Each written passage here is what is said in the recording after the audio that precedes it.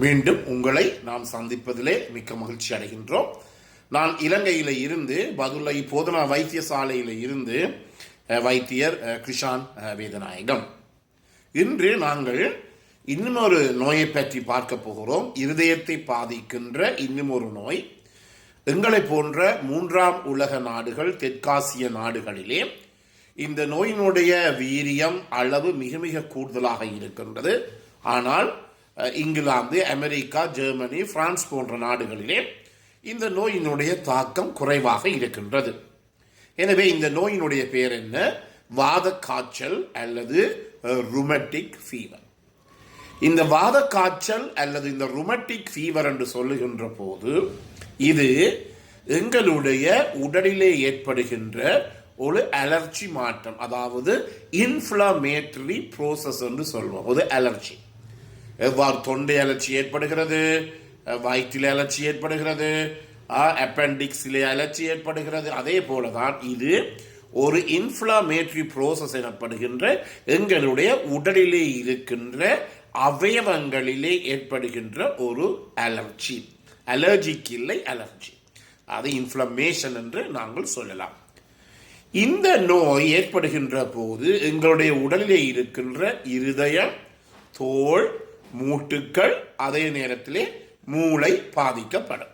மூளை முன்னால் பாதிக்கப்படும். எனவே உங்களுக்கு தெரியும், ஒரு உடலுக்கு மிக முக்கியமான பங்கு என்ன? இருதயம். ஒரு உடல் முக்கியமாக செயற்படுவதற்கு மூளை அவசியம். அதே நேரத்திலே நடந்து திரிவதற்கு மூட்டுகள் அவசியம். உடலை வேற எதிரிகளிடமிருந்து, வேற காலநிலை மாற்றங்களிலிருந்து பாதுகாப்பதற்கு தோல் அவசியம். இந்த நாளையுமே இருதயம், தோல், மூட்டுகள், அதே நேரத்திலே மூளை, இந்த நாளையுமே பாதிக்கக்கூடிய ஒரு நோயாக இது இருக்கிறது.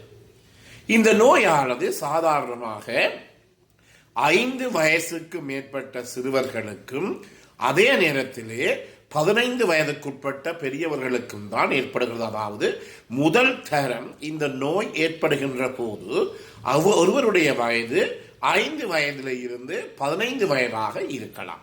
எனவே நாங்கள் இதை சொல்வோம் பள்ளிக்கூடத்து, ஸ்கூல் கோயிங் ஏஜ் என்று சொல்லுவோம். பள்ளிக்கூடத்துக்கு செல்லுகின்ற ஒரு கால பகுதி.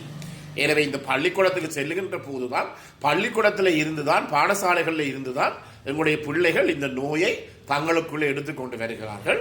என்றபடியால தான் நாங்கள் இந்த ஸ்கூல் கோயிங் ஏஜ், பாடசாலைக்கு செல்லுகின்ற இந்த வயசிலே தான் கூடுதலாக 5 இருந்து 15 வயது மட்டும் இந்த ரூமட்டிக் காய்ச்சல் ஏற்படுகிறது.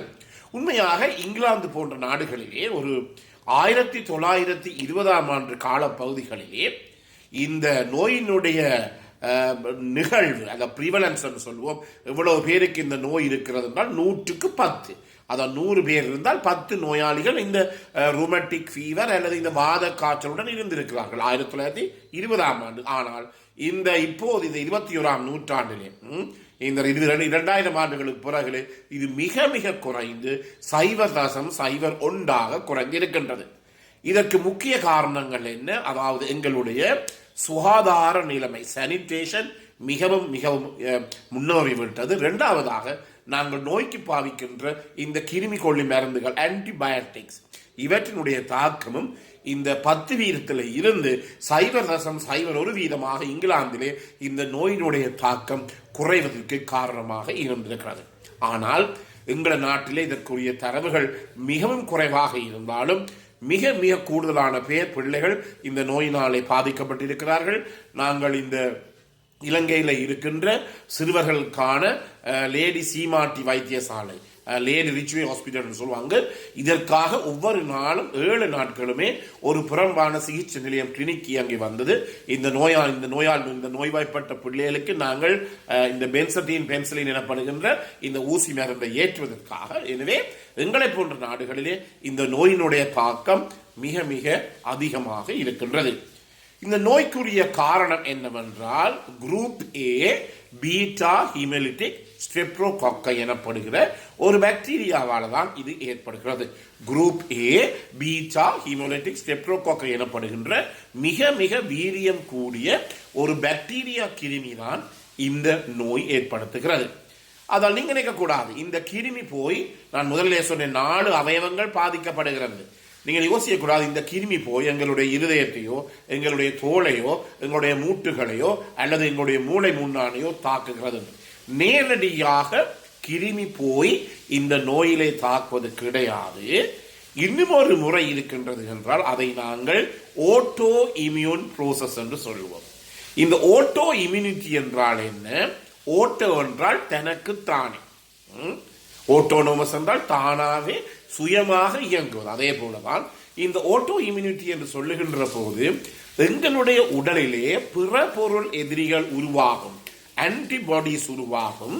எங்களுடைய உடலிலே இருக்கின்ற எங்களுடைய உடல் அவயவங்களுக்கு ஆன்டிஜனுக்கு எதிராக.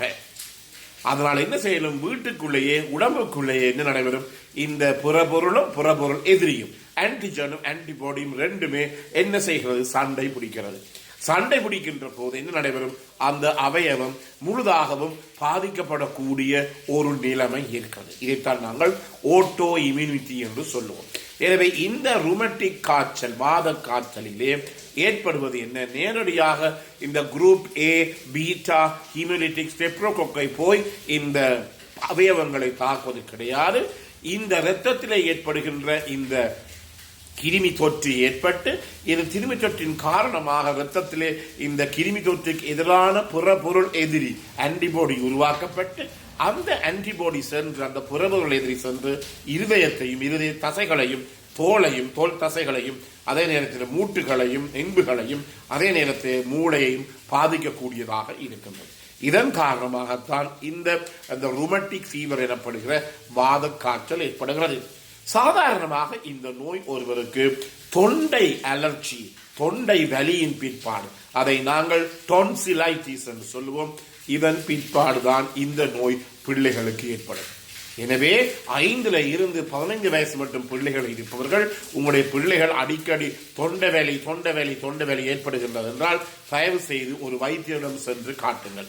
இல்லாவிட்டால் உங்களுடைய பிள்ளைக்கு இந்த ருமட்டிக் காய்ச்சல் அல்லது ருமட்டிக் ஃபீவர் வாத காய்ச்சல் ஏற்படக்கூடிய சந்தர்ப்பம் இருக்கிறது. எனவே தொண்டை வலி என்பது எங்களை பொறுத்த மட்டிலே மிகவும் ஒரு பயங்கரமான விடயம். ஏனெனில் இந்த தொண்டை வலியின் மூலமாக இந்த வாத காய்ச்சல் அல்லது ருமட்டிக் ஃபீவர் ஏற்படுமாக இருந்தால் கூடுதலாக இந்த பெண் பிள்ளைகள் தான் இந்த நோயினாலே பாதிக்கப்படுவதை நாங்கள் கண்டிருக்கின்றோம்.